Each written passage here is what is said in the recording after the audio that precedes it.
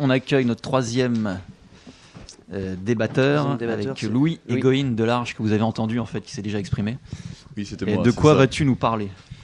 Alors moi, je vais vous parler de la sécession, qui est une proposition en fait par rapport à la situation actuelle, parce que pour proposer des solutions, en fait, il faut tenir compte de la situation, et beaucoup de gens aujourd'hui proposent des choses sans avoir fait l'analyse préalable. C'est le fameux truc du ça marche très bien sur un tableau, et puis finalement quand on essaie de l'appliquer, c'est plus compliqué.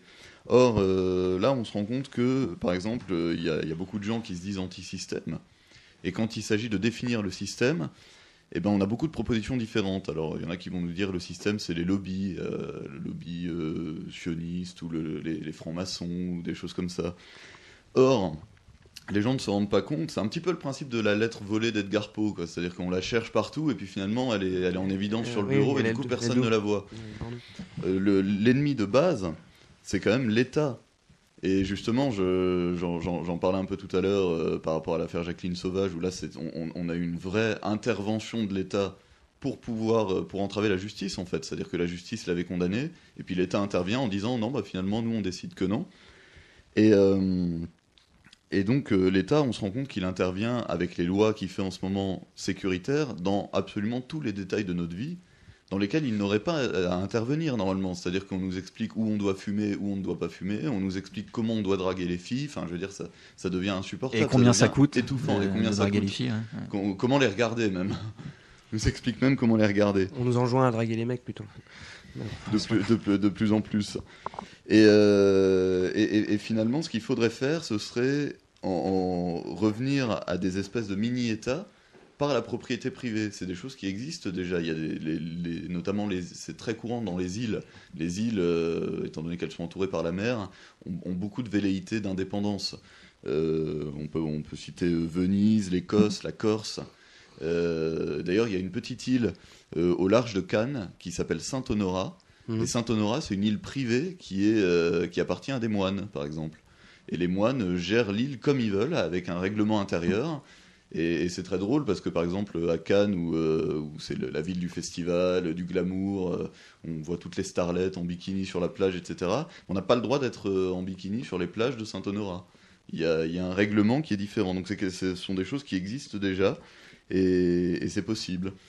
Et ce qu'il faudrait mettre en fait dans la tête des gens, alors les gens c'est très vaste, mais disons que les quelques esprits éclairés qui sont en mesure de comprendre ça et qui n'ont pas encore été totalement zombifiés par la propagande. Nos auditeurs, quoi. Là, tu définis nos auditeurs. Voilà, en fait. exactement. Et tous les gens qui sont autour de la table. Les auditeurs de cette radio ainsi que l'équipe. C'est qu'il faudrait, à un moment donné, la fraternité c'est très bien, l'égalité c'est très bien, mais il faudrait revenir au fondamental qui est la liberté. C'est-à-dire que les gens, au nom de l'égalité et de la fraternité, ont de moins en moins de liberté. Parce que la fraternité, l'égalité, c'est le nivellement par le bas. C'est-à-dire que quand les égalitaristes pensent que en prônant l'égalité, les petits deviendront plus grands. Or, c'est les plus grands qui deviennent plus petits, parce qu'on coupe ce qui dépasse dans l'égalité. Et ce qui dépasse, c'est la tête. Docteur P, tu voulais J'aurais peut-être une remarque à faire quand même sur les mots qu'on utilise. Là, tu as repris toute la vulgate républicaine, c'est-à-dire liberté, égalité, fraternité. Et en fait, je suis assez attaché à la notion de ne plus parler de la liberté, mais des libertés. Parce qu'en réalité, quand on utilise ce discours sur la liberté, on rentre dans la logique d'un nouveau de l'individuation, celle qui est utilisée par l'État pour nous malmener finalement. Donc on dit on perd de la liberté, non, on restera à nos libertés, liberté au pluriel. Je pense que c'est plus intéressant de se représenter les choses comme ça. Bon, c'est un détail, mais je pense que c'est assez fondamental par rapport à ce qu'on surtout que... Karl. Si je peux répondre par rapport à ça. Vas-y. L'avantage de la liberté, c'est que du coup, ça devient une espèce de truc immuable auquel on ne peut pas toucher, alors que les libertés, finalement, chacun va revendiquer la sienne au détriment de celle des autres. C'est le droit à contre le droit de. C'est-à-dire qu'à un moment donné, les libertés, chacun va revendiquer le droit à quelque chose. On a le droit au logement, à la dignité, à tout ce qu'on veut. Et finalement, ça se fait au détriment d'autres personnes. Alors que la liberté, c'est tout le monde a le droit absolument de tout faire. Évidemment, à partir du moment où on n'est pas dans l'agression physique, On va pas se mettre à revendiquer les droits de Daesh ou je sais pas quoi. Mais n'importe qui devrait avoir le droit de mener sa vie comme il l'entend. Oui, je suis d'accord. Alors, le problème, c'est que tu vois, on rentre dans un processus où justement aujourd'hui, je pense que le problème de nos sociétés, c'est elles revendiquent, elles instrumentalisent en permanence des libertés individuelles, des droits contre finalement ce que j'appellerais l'harmonie sociale et contre une sorte de dimension holiste du collectif. Et ce qui fait de nous aujourd'hui des éléments complètement atomes, des sortes d'atomes éclatés.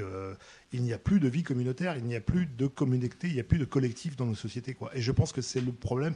Aujourd'hui, on a moins un problème de liberté. Alors bien évidemment, la liberté, on en a, on peut en user, en abuser quand on est dans la bonne moralité, et on s'aperçoit qu'elle est sanctionnée quand elle essaye de s'en extraire.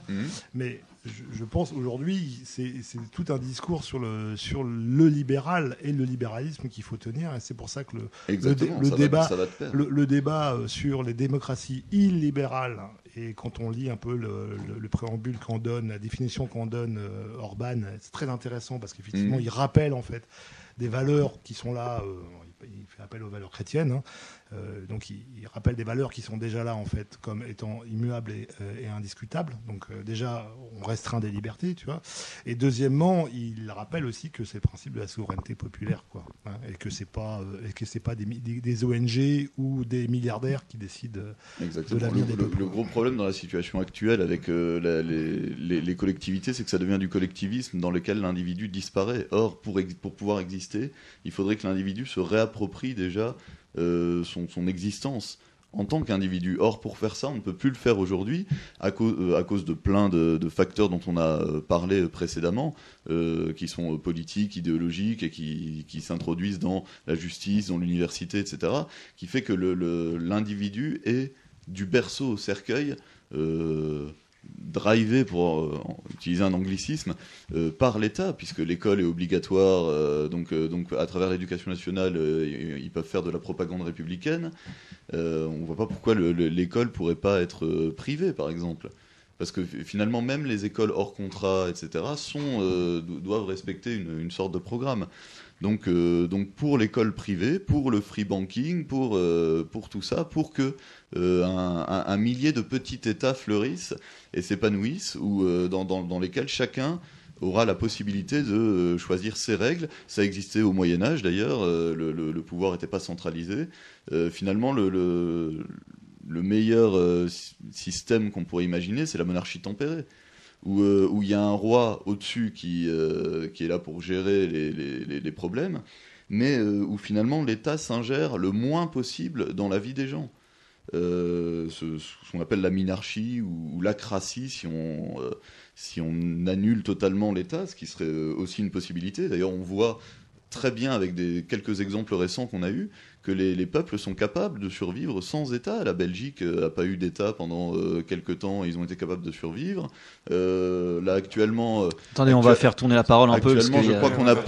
Il y a Pierre qui veut s'exprimer, après Perceval et après Fabien. On va un peu faire circuler la parole. Oui, je suis désolé, une troisième critique, mais non, effectivement, je pense que la liberté est très dangereuse. En fait, il faut bien comprendre que l'individu est né en même temps que l'État. C'est deux créations modernes. Et c'est deux pièces qui se font face l'une l'autre. Et qu'est-ce qu'ils ont détruit tous les deux conjointement? C'est la communauté, l'esprit de communauté.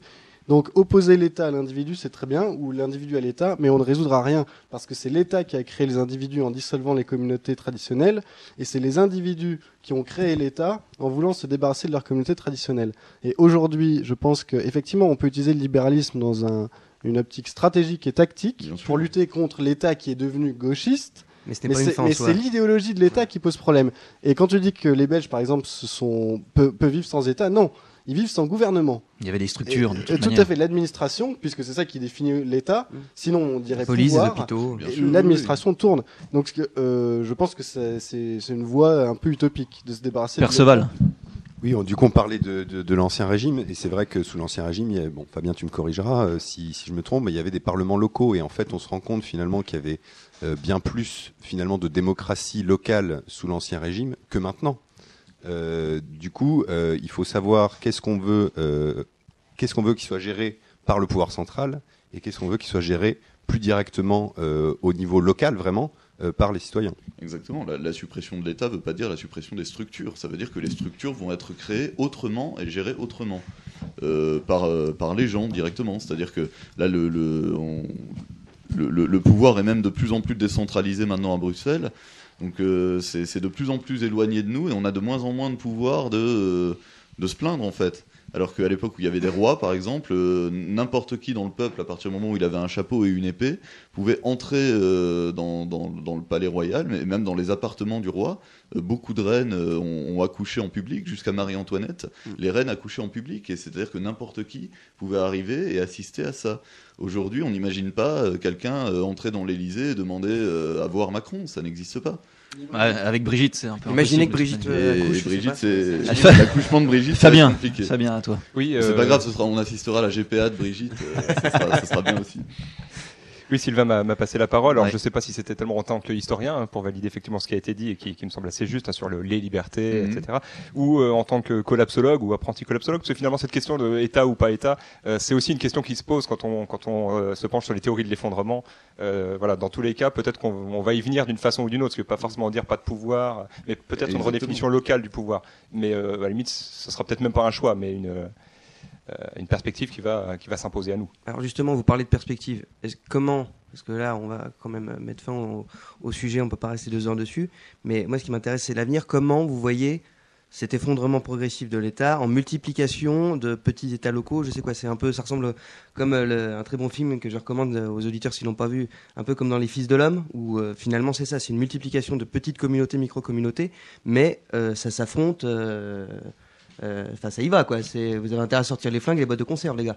Donc, moi, je veux bien, mais est-ce que c'est ça? Justement, si on a intérêt à sortir les flingues, il faudrait déjà revendiquer à nouveau le droit au port d'armes, par exemple. Parce que la première des libertés, c'est quand même la liberté de rester vivant. Et pour rester vivant, il faut pouvoir se défendre. Oui, d'accord. Allez, une dernière intervention, Perceval? Du coup, pour répondre à ta question dans la perspective, moi, je pense que effectivement, de toute manière, cette division en petites entités, on ne va pas avoir le choix. Et en un sens, je pense qu'elle est souhaitable. C'est-à-dire que finalement, pour que la République meure, très bien, quoi, décentralisons à fond, retrouvons des pouvoirs locaux et peut-être qu'après, éventuellement, on pourra reconstruire la France